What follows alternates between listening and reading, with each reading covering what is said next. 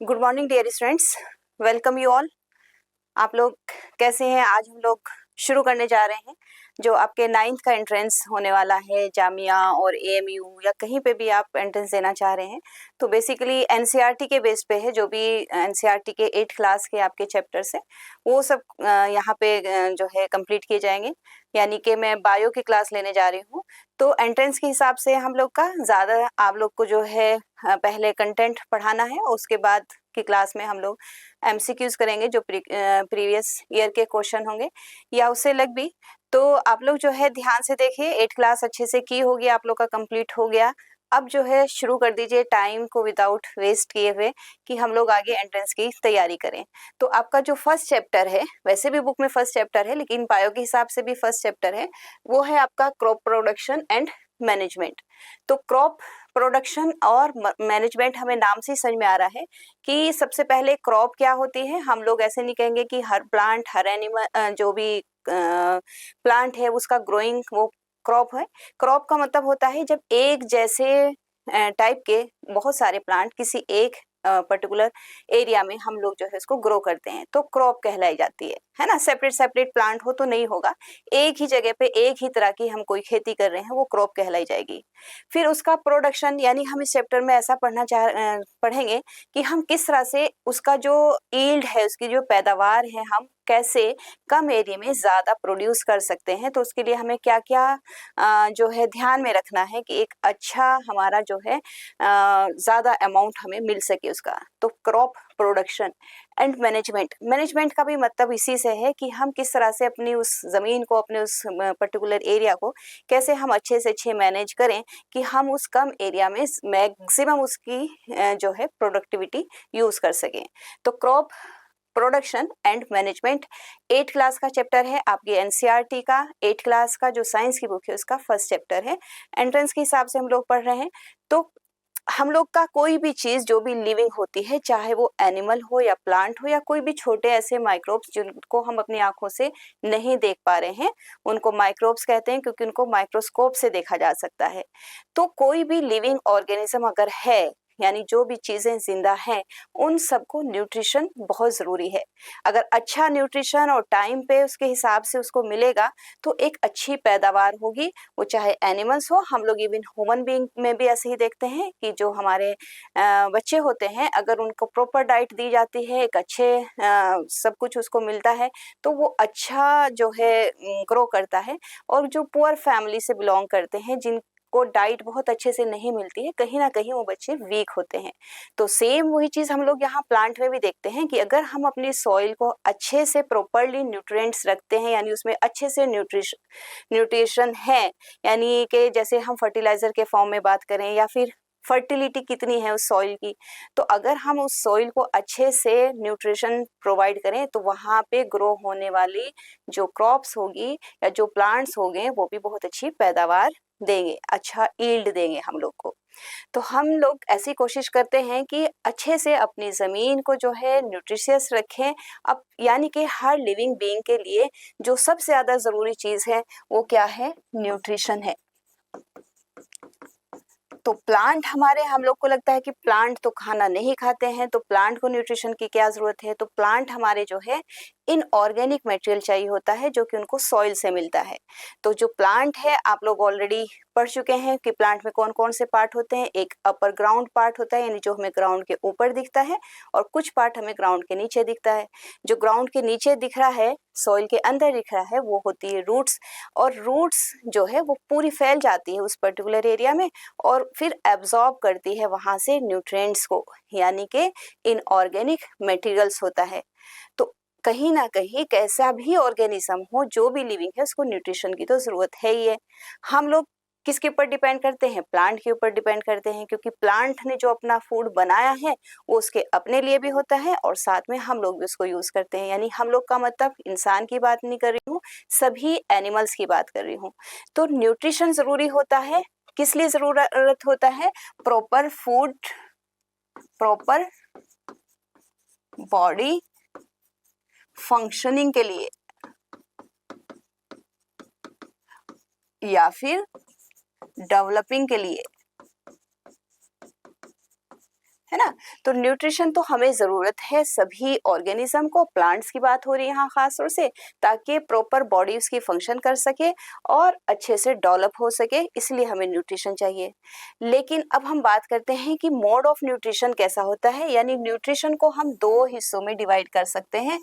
कुछ ऐसे ऑर्गेनिज्म होते हैं जो अपना फूड खुद अपने आप तैयार करते हैं इनऑर्गेनिक मटेरियल से, जैसे कि अभी बात की गई है प्लांट के बारे में कि प्लांट अपनी रूट्स के थ्रू जो है जो भी सॉइल में जो भी उसको न्यूट्रिएंट्स मिल रहे हैं उन सब को जो है क्या करेगा, एब्जॉर्ब करेगा और उसको यूज करेगा फिर फर्दर फूड बनाने में। वहीं पानी की बात करें तो रूट ही उस वाटर भी एब्सॉर्ब करती है, वो भी सोइल के थ्रू ही करती है। अगर बारिश ऊपर से हो रही है तो ऐसा नहीं कि पानी जो है हम ऊपर प्लांट के ऊपर डाल देंगे तो उसको एब्सॉर्ब कर देगा। प्लांट तो जो है जो पानी को एब्सॉर्ब करेगा वो अपनी रूट्स के थ्रू ही करने वाला है सॉइल से। तो इस तरह से उसको पूरा जो प्रॉपर फूड है जो हमारे प्लांट का, वो हमें उसको कहाँ से मिल रहा है, सॉइल से वाटर मिल रहा है, एयर मिल रही है उसको, और वहीं से उसको मिल रहे हैं इनऑर्गेनिक मटेरियल्स। और इन सब को यूज करके सनलाइट की प्रेजेंस में वो क्या बनाता है, अपना फूड बनाता है। तो इस तरह का मोड ऑफ न्यूट्रिशन जो होता है उसको कहते हैं autotroph.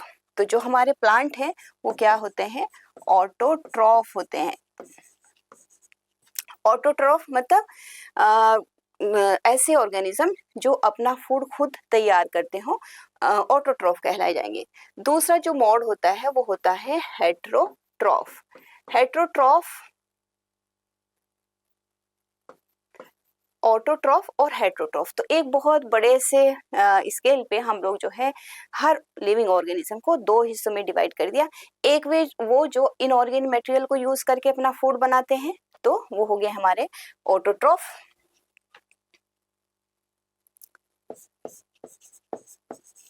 They prepare on food by using inorganic materials। तो इसमें हमारा जो एग्जाम्पल हो जाता है वो होगा हमारे प्लांट्स, यानी एग्जाम्पल क्या होगा इसका, ये होंगे हमारे प्लांट्स होंगे, हर सभी तरह के जो भी प्लांट्स हैं, एंड सम बैक्टीरिया। सभी बैक्टीरिया नहीं होते बट सम बैक्टीरिया के अंदर भी ये खास बात होती है कि वो भी अपना फूड जो है खुद ही प्रिपेयर करते हैं। तो सबसे पहले हमें अगर अच्छा क्रॉप प्रोडक्शन करना है तो अपने प्लांट को अच्छे से न्यूट्रिशियस रखना है, उसको अच्छा न्यूट्रिशन प्रोवाइड करना है। और न्यूट्रिशन के लिए उसको क्या चाहिए, उसको चाहिए इनऑर्गेनिक मटेरियल। ये सारी चीज़ें हमें सॉइल में होनी चाहिए। अगर नहीं है हमारी सॉइल में इन चीज़ों की कमी है तो हमें इनको आर्टिफिशियली ऊपर से अपने सॉइल में खाद के फॉर्म में, मैन्योर के फॉर्म में उसको ऐड करना होगा। और इस तरह से हमारे प्लांट्स क्या कहलाए जाएंगे, ऑटोट्रॉफ कहलाए जाएंगे। ऑटो मतलब खुद, है ना, खुद से अपने आप बना लेते हैं। और इसी तरह हमारे कुछ बैक्टीरिया भी होते हैं। बैक्टीरिया बहुत ही छोटा ऑर्गेनिज्म होता है जिसको माइक्रोब्स कह देते हैं। ये हमें सिर्फ माइक्रोस्कोप जो होते हैं उसी से देखने को मिलते हैं। दो से हमारे हेट्रोट्रॉफ। हेट्रोट्रॉफ जो भी हैं वो सभी एनिमल्स होते हैं, क्योंकि वो अपना फूड खुद नहीं बना सकते बल्कि डायरेक्टली या इनडायरेक्टली ऑटोट्रॉफ पे डिपेंड करते हैं। जैसे हमारे कैटल्स है, काऊ है, घर में गोट है, बफेलो है, ये सब हर्बीवोर कहलाए जाते हैं, ये भी एनिमल्स हैं। तो डायरेक्ट किसको खाते हैं, प्लांट को खाते हैं। लेकिन जैसे ह्यूमन बीइंग है वो दोनों चीज़ों खा सकता है, या फिर जो है वो प्लांट को भी खा सकता है, यानी सब्जी के फॉर्म में हम खाते हैं, या फिर जो है किसी दूसरे जैसे ये हो गया हमारा जो है गोट है, तो इसके ऊपर, यानी कि कैसे भी करके हम डायरेक्टली या इनडायरेक्टली किसके ऊपर डिपेंड करते हैं, ऑटोट्रॉफ पे। तो ये होते हैं हमारे heterotroph. They can not prepare on food and depend directly or indirectly on autotroph। तो इसका जो एग्जाम्पल होगा वो होंगे हमारे एनिमल्स। अब एनिमल्स भी कई तरह के हो सकते हैं, यानी हेट्रोट्रॉफ कई तरह के हो सकते हैं। एग्जाम्पल हम यहाँ एनिमल्स की बात लिख लेंगे। ये कई तरह के हो सकते हैं, जैसे कुछ हो सकते हैं पैरासाइट। पैरासाइट उनको कहते हैं जो एक एनिमल जो दूसरे एनिमल की बॉडी के ऊपर रहता है और वहीं से ड्राइव करता है अपना न्यूट्रिशन। जैसे बच्चे हैं आप लोग, तो सरों में जुएं हो जाती हैं, तो लाइस जो होती है हमारी बालों में, वो हमारी बॉडी के ऊपर रहती है, वहीं से अपना न्यूट्रिशन भी जो है ड्राइव कर रही है और वहीं पे अपना रिप्रोड्यूस करके अपना नंबर भी बढ़ा रहे हैं। तो इस तरह के एनिमल्स को क्या कहेंगे? पैरासाइट कहते हैं। कुछ और सेप्रोफाइट्स होते हैं।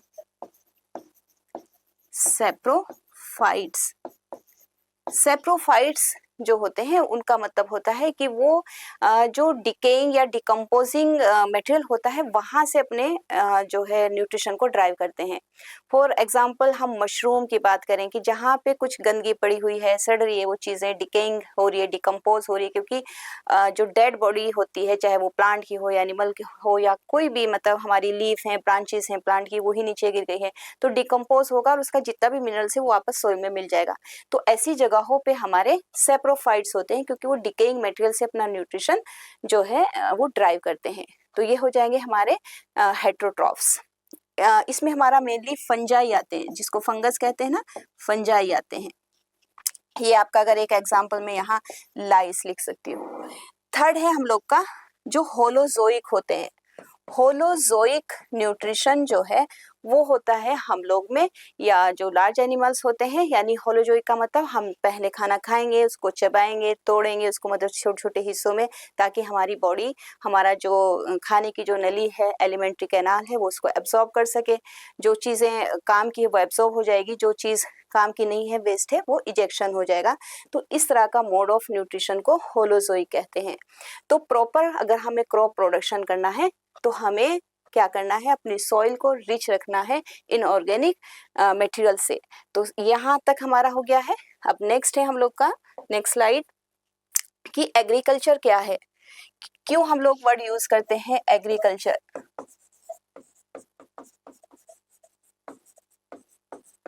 है ना? तो एग्रीकल्चर जो है एक ब्रांच है साइंस की, जो डील करती है कि हम किस तरह से कल्टीवेट करें और कल्चर करें। कल्चर का मतलब होता है ज़्यादा नंबर प्रोड्यूस करना। यानी एक तो मिसमैनेजमेंट है कि कोई चीज़ उगी नहीं, ग्रो हुआ तो कोई बात नहीं।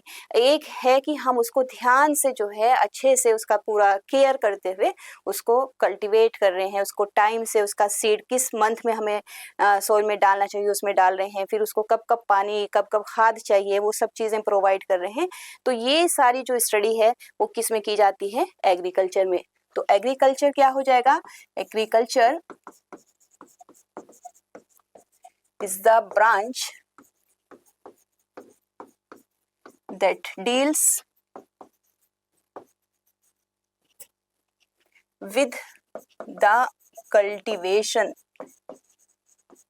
कल्टीवेशन जो वर्ड है, देखो हम लोग यहाँ हिंदी में ही पढ़ रहे हैं, सिर्फ इंग्लिश के वर्ड यूज कर रहे हैं। कल्टीवेशन का मतलब होता है कि हम अपनी निगरानी में प्लांट को ग्रो कर रहे हैं, है ना? कल्टीवेशन एंड कल्चर कर रहे हैं, उसको सारी चीजें प्रोवाइड कर रहे हैं। तो एक ऐसी ब्रांच, एग्रीकल्चर ऐसी ब्रांच है जो किसके साथ डील करती है कि हम किस तरह से with the cultivation and culture of दोनों चीज़ों का, सिर्फ प्लांट की बात नहीं होती है यहाँ एग्रीकल्चर की। जब हम बात करते हैं तो हमारे डोमेस्टिकेटेड एनिमल्स भी आते हैं। तो cultivation and culture of plants and animals. Animals का मतलब यहाँ डोमेस्टिक एनिमल्स है, जैसे हमने काऊ, गोट है हमारी, तो ये जो एनिमल्स होते हैं, जो डोमेस्टिकेटेड एनिमल्स है, उनको किस तरह से अच्छा, मतलब उनकी पैदावार कैसे बढ़ाई जाए, ये सब चीज़ें किसके अंडर में आती है? एग्रीकल्चर। तो एग्रीकल्चर एक ऐसी ब्रांच है जो कल्टीवेशन और कल्चर देख रही है, अच्छा प्रॉपर उनका प्रोडक्शन देख रही है, प्लांट का भी और डोमेस्टिकेटेड एक तरीके से एनिमल्स का भी। नेक्स्ट आता है हम लोग की क्रॉप्स। क्रॉप्स किसे कहेंगे? सब कुछ तो हमारा एग्रीकल्चर में आ जाना चाहिए। तो आपके एनसीईआरटी लिखती है कि क्रॉप्स का मतलब एक सिंगल प्लांट की बात नहीं होती है, बल्कि क्रॉप्स का मतलब होता है एक ही तरह के प्लांट को एक बड़े एरिया पे ग्रो करना, उसको क्रॉप कहलाया जाता है। जैसे हमारा एक फील्ड हो गया, हमने वीट यानी गेहूं हमने लगाया है, वीट कल्चर कर रहे हैं, वीट को कल्टीवेट कर रहे हैं, या फिर ये पैडी का फील्ड है, ये वीट का फील्ड है, यहाँ हमने सोयाबीन लगाया है, या हमने कॉटन लगाई है। तो इस तरह से जब एक पर्टिकुलर एरिया में लार्ज स्केल पे एक ही तरह के बहुत सारे पेड़ को कल्टीवेट किया जाता है, बहुत सारे प्लांट को कल्टीवेट किया जाता है, तो क्रॉप कहलाया जाता है। When the same kinds of plants cultivated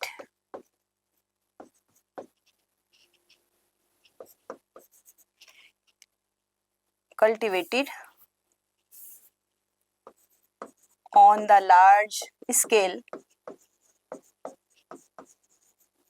called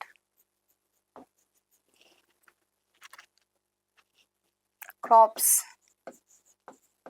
जब हम एक ही तरह के बहुत सारे प्लांट्स को एक पर्टिकुलर एरिया में ग्रो करते हैं तो उसको क्या कहेंगे, क्रॉप कहलाई जाएगी।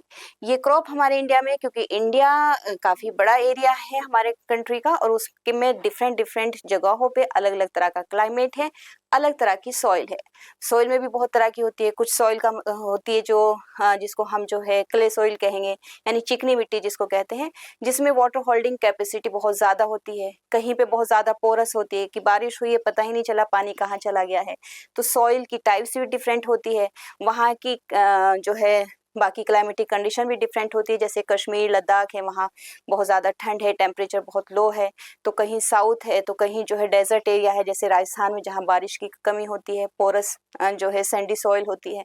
तो इस तरह से डिफरेंट जगहों पे अलग अलग तरह की क्रॉप को लगाया जाता है ना। वहाँ ध्यान रखा जाएगा किस तरह की सॉइल है, किस तरह की क्लाइमेटिक कंडीशन है, तो वहाँ पे कौन सा सीड ज़्यादा अच्छा से ग्रो कर पाएगा, उस तरह की वहाँ क्रॉप लगाई जाएगी, और किस मंथ में लगानी है, कब उसको हार्वेस्ट करना है। इस तरह से क्रॉप्स को दो हिस्सों में डिवाइड कर लेंगे। एक हो जाएगी हमारी खरीफ क्रॉप्स हो जाएगी, और दूसरी रबी क्रॉप। जो खरीफ होती है वो होती है हमारी, यानी कि जो है जून से लेके, यानी रेनी सीजन में आएगी, जब बारिश का टाइम होता है, खूब बारिश होती है, उस वक्त पे खरीफ फसलें लगाई जाती हैं और उसको हार्वेस्ट किया जाता है। तो ये होगा हमारा रेनी सीजन में। तो grown in rainy season. Rainy season कब से कब तक चलता है, जून टू सितंबर, यानी बस इन महीनों में इन क्रॉप्स को लगाया जाएगा। Grow in rainy season June to September. अब इसकी एग्जाम्पल देखते हैं कि हमें रेनी सीजन में कौन सी क्रॉप्स मिलेगी। तो रेनी सीजन में जो क्रॉप्स होती हैं वो सबसे पहले हम लोग बहुत ज़्यादा हमें पानी की ज़रूरत होती है पैडी के लिए, यानी जो राइस हम लोग बात करते हैं, पैडी हमें जो है रेनी सीजन में मिलती है। उसके बाद हमारा सोयाबीन है, और हमारा जो है कॉटन है। ऐसे बहुत सारी ढेरों फसलें होती हैं जो हमें रेनी सीजन में मिल जाएगी अलग अलग जगहों पे, यानी कि जून से लेके सितंबर तक का मौसम जो है वो मानसून वाला होता है, बारिश होती है इसमें, तो ये वाली क्रॉप होगी। इधर हमारा है रबी क्रॉप, ये हमारी जो ग्रो होगी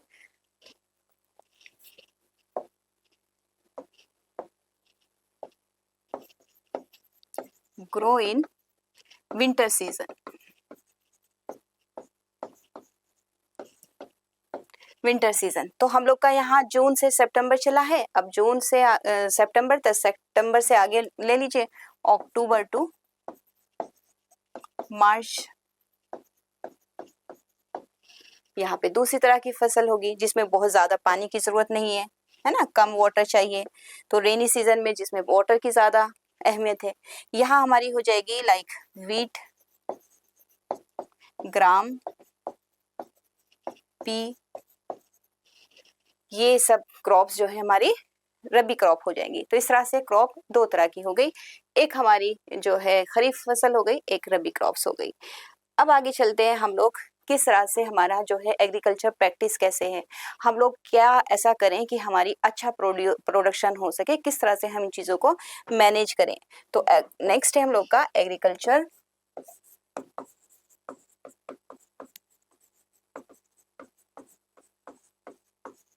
प्रैक्टिसेस। तो सबसे पहले हम लोग को क्या करना है, जिस फील्ड में जिस जगह पे हमें जो है सॉइल लगानी है, वहाँ क्रॉप लगानी है, उस जगह को हमें अच्छे से प्रिपेयर करना है उसकी सॉइल को, यानी जो हमारा फील्ड है वो कब से उसमें कोई क्रॉप अगर नहीं है या है भी तो भी हमें उसमें क्या करना होगा, उसकी सॉइल को अच्छे से मिक्स करना है।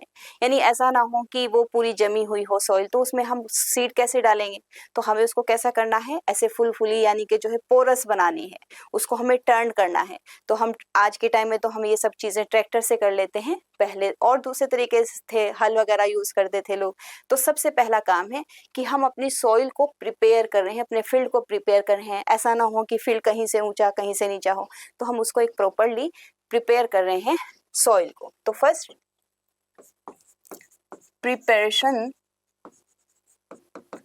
ऑफ सॉइल, उस पर्टिकुलर फील्ड को कि जो सॉइल है उसको हम पूरी तरीके से अच्छे से प्रिपेयर कर लेंगे। उसके बाद दूसरा हमारा क्या आ जाएगा, अब उसमें हम सीड डालेंगे, तो सोन करेंगे, सोइंग। अब ये हो गया हमारा। तो हम यहाँ उसमें ऑलरेडी हमारे पास सॉइल में मिनरल्स हैं, लेकिन हम थोड़ा और ऐड कर देंगे ताकि अच्छे से जो है वो फर्टिलाइज सॉइल हो जाए, ज़्यादा अच्छी पैदावार हम लोग को मिल जाए। तो एडिंग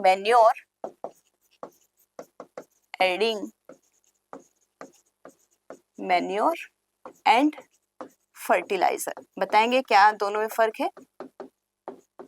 फर्टिलाइजर, अब ये सब चीजें डाल दी हम लोग ने, सॉइल तैयार कर ली, उसमें सीड डाल दिया है, अब उसमें हमने न्यूट्रिशन भी ऐड कर दिया है। अब हमें फोर्थ क्या चाहिए, टाइम टू टाइम हमें ध्यान रखना है कि कब कब हमें उसको पानी देना है। तो नेक्स्ट आ जाता है हमारा इरिगेशन, है ना। तो नेक्स्ट हो गया इरिगेशन। इरिगेशन होगा, अब हमारे प्लांट जो है ग्रो करना शुरू करेंगे, तो जो हमारी मर्जी के हैं, जो हमने क्रॉप वहाँ लगाई है, वो वाले प्लांट के साथ कुछ और प्लांट्स भी आ जाएंगे जो हम लोग नहीं चाहते हैं। यानी कि सॉइल में ऑलरेडी कुछ सीड्स रह गए, या फिर क्योंकि ऐसे भी हम कहीं कुछ नहीं करते, बारिश के टाइम में खूब हर तरफ हरियाली दिखाई देती है, तो हम लोग के फील्ड में सिर्फ वही ग्रो नहीं करेगा जो हम ग्रो करना चाह रहे हैं, कुछ और चीजें भी आ जाएंगी, उसको कहते हैं वीड्स। तो अब हमें क्या करना है, अगर हमने वीड्स को भी ग्रो किया तो हमारा जो फील्ड है वहाँ उस मिनरल्स के लिए कंपटीशन हो जाएगा दोनों के बीच में। मतलब जो हमारी मर्जी की क्रॉप है, जो हमारी मर्जी की क्रॉप नहीं है, दोनों ही प्लांट को न्यूट्रिशन चाहिए। तो हमें क्या करना है, उस वीड को वहां से हटाना है। तो रिमूविंग ऑफ वीड्स, उनको या तो हम, अगर छोटा हमारा फील्ड है तो हम उसको हाथ से एक एक प्लांट को निकाल देंगे जो हम नहीं चाहते कि ये ग्रो करें, या अगर हमारा लार्ज फील्ड है तो हमें यहाँ पे भी कुछ दूसरी चीज़ों का सहारा लेना पड़ेगा, क्योंकि बहुत बड़ा फील्ड अगर हमारे पास है तो हम उसको मैनुअली नहीं कर सकते, हाथ से नहीं निकाल सकते, तो उसके लिए कुछ चीज़ें हमें यूज़ करनी पड़ेगी। तो ये हो गया। नेक्स्ट हम लोग का, अब हमारी क्रॉप राइपन हो चुकी है तो हम उसको कटिंग करेंगे, काट के घर लाएंगे। तो जो कटिंग होती है राइपनिंग क्रॉप की, उसको कहते हैं हार्वेस्टिंग। तो नेक्स्ट हम लोग का आएगा हार्वेस्टिंग, यानी राइपन्ड जो हमारी क्रॉप है तैयार हो गई है, अब हम उसकी कटिंग कर रहे हैं, ये हार्वेस्टिंग हो गया है। और लास्ट में हम लोग जो हमारी क्रॉप आई है, तो ऐसा तो नहीं कि हम फौरन उसको यूज कर लेंगे, तो उसको हमें क्या करना है, स्टोर करना है। तो स्टोरेज किस तरह का होना चाहिए, हमारे सीड प्रॉपरली ड्राई होनी चाहिए, क्योंकि अगर ड्राई नहीं होंगे तो मॉइस्चर उसमें कंटेंट में रह जाएगा, तो फिर वहां पे फंगस लग जाएगा। तो हमें प्रॉपर उसका क्या करना है, स्टोरेज करना है। तो इस तरह से हमारे पास एग्रीकल्चर प्रैक्टिस। अब हमें ये सारे हेडिंग को जो है डिटेल्स में पढ़ना है, तो एक लॉजिकली सोच के देखिए कि हम क्या क्या करेंगे। हमें सबसे पहले सॉइल को तैयार करना है, फिर उसमें अपना सीड डाल देना है। अब उसको खाने पीने की कमी ना पड़े तो उसमें हमने मैन्योर ऐड किया, फर्टिलाइजर ऐड किया। अब टाइम टू टाइम उसको पानी दे रहे हैं, यानी इरिगेशन कर रहे हैं। इरिगेशन हो गया तो हमारे प्लांट उसमें से बाहर आना शुरू है। तो हम देख रहे हैं कि कुछ जो हमारी मर्जी के हैं, डिजायर है, और कुछ वो जो हम नहीं चाहते हैं कि उगे, तो वो भी उग गए हैं, उनको वीड कहेंगे। अब हम नहीं चाहते कि वीड्स उगे, तो हमें वीड्स को वहां से हटा देना है। इस तरह से करके फाइनली एक दिन आ जाएगा कि हमारी जो क्रॉप है वो राइपन्ड हो गई है। उस राइपन्ड क्रॉप को अब हम क्या करेंगे, कट करेंगे। तो ये हो जाएगा हार्वेस्टिंग। हार्वेस्टिंग के बाद अब अपनी प्रॉपर जो क्रॉप है उसको प्रॉपरली हमें अपने स्टोर में उसको स्टोर कर लेना है। तो लास्ट हो जाएगा हमारा स्टोरेज। तो यहाँ मैं थोड़ा सा आपके लिए बुक ओपन की थी, चैप्टर, ये आपका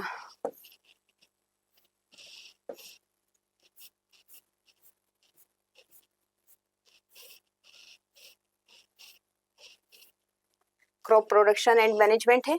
यहाँ पे I want to know where how the use, okay, ये है यहाँ पे इम्पोर्टेंट लाइन है, when plants of the same kind are cultivated at one place on a large scale is called a crop। तो क्रॉप जो है वो होती है जो कि लार्ज स्केल पे एक जैसे प्लांट हम जो है ग्रो करेंगे, उसको कहा जाएगा। इसके बाद क्रॉप हमारी दो तरह की होती है, एक खरीफ क्रॉप होती है, एक हमारी होती है रबी क्रॉप। तो जो खरीफ है ये कब होती है, रेनी सीजन में होती है, जब मॉनसून होता है, जब खूब बारिश होती है, ऐसे टाइम पे ये क्रॉप्स लगाई जाती है। इनका एग्जाम्पल कब से कब है, जून टू सितंबर है, ये याद रखना है। कौन कौन सी है, जैसे लाइक पैडी है, यानी पैडी मीन्स राइस, फिर मेज है हमारा, सोयाबीन, ग्राउंडनट एंड कॉटन, ये कुछ क्रॉप्स का नाम दे दिया है। फिर हमारे पास रबी क्रॉप होगी, ये हमारी, यानी कि यहाँ सितंबर खत्म हुआ तो अक्टूबर टू मार्च, यानी कि ये टाइम कब होता है, जब विंटर सीजन चलता होता है। तो यहाँ हम लोग यूज करेंगे अक्टूबर टू मार्च। इसमें एग्जाम्पल हो जाएंगे हमारे वीट है, ग्राम है, पी है, मतलब हम यहाँ इसको अंडरलाइन कर ले अपनी बुक में कि ये चीजें हमें याद रखनी है। खरीफ में एक हमारा टाइम कब है, रेनी सीजन, हमें मंथ का याद रखना है, कब से कब तक है, जून टू सितंबर है, और कौन कौन सी फसलें हैं।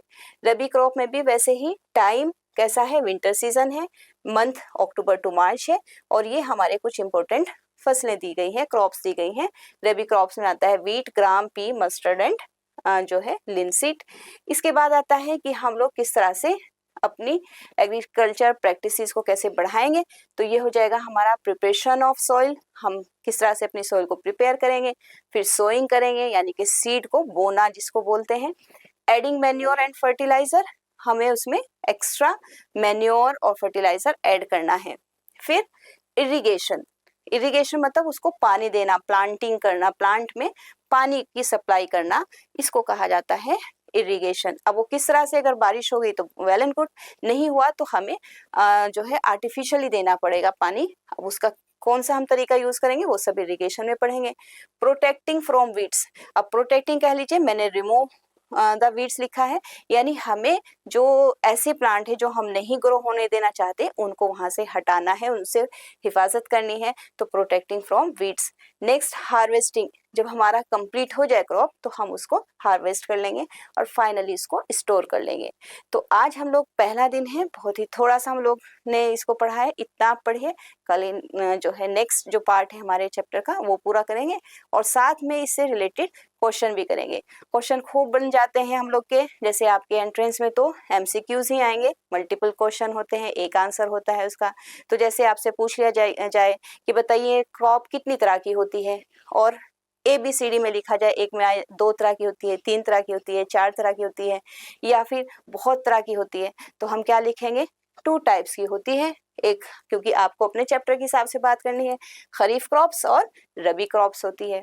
या किसी एक का एग्जाम्पल पूछ लिया जाए, जैसे फॉर एग्जाम्पल आपके पूछा जाए कि इनमें से कौन सी खरीफ फसल नहीं है ना, और आपको दे दिया पैडी, मेज, सोयाबीन, मतलब A में दिया पैडी, B में दिया मेज, 3 में दिया सोयाबीन, और 4th में दे दिया आपको इधर से ग्राम, है ना, और पूछ लिया इनमें से कौन सी खरीफ फसल नहीं है, तो ग्राम तो नहीं है, तो आपको क्या करना है कि ग्राम जो है वो खरीफ फसल नहीं है, ठीक है, तो ग्राम को कर देना है। तो इस तरह से आपको ये जो क्रॉप्स के नाम है कौन सा किस में, ये पूछा जा सकता है। या ऐसे क्वेश्चन बन जाए कि बताइए जून टू सितंबर जो है वो कौन सी फसल लगाई जाती है, और A में दे दिया जाए आपका खरीफ, B में दे दिया जाए रबी क्रॉप, C में दे दें कि बोथ खरीफ भी और रबी, और जो फोर्थ ऑप्शन है इसमें दे दे नन ऑफ दिस, इनमें से कोई भी नहीं। तो हमें पता है कि जून टू सितंबर हमारी कौन सी चल रही है, वो है खरीफ फसल, है ना, खरीफ क्रॉप्स। तो इस तरह से हमें ध्यान से अपने चैप्टर को जिस तरह से मैंने बताया है उसको पढ़ लेना है। या फिर क्रॉप किसे कहा जाता है, एक सिंगल प्लांट को ग्रो करना, या सेम टाइप के प्लांट को ग्रो करना, या सभी तरह के प्लांट को ग्रो करना, या किसी भी तरह के प्लांट को ग्रो नहीं करना। तो आपको तो जितने भी क्वेश्चन आने वाले हैं वो सब वहाँ मल्टीपल चॉइस के आते हैं, तो आप उसी तरह से अपनी तैयारी करिए। ये चैप्टर का हमने आज छोटा सा पोर्शन आज पूरा किया है, कल कोशिश करेंगे पूरा चैप्टर करने की। उसके बाद पूरे चैप्टर से जितने मैक्सिमम हो सकते हैं वो एमसीक्यूज इसको देखेंगे। तब तक के लिए आप लोग पढ़ते रहिए, कल फिर रिकॉर्ड करते हैं। Okay, thank you very much.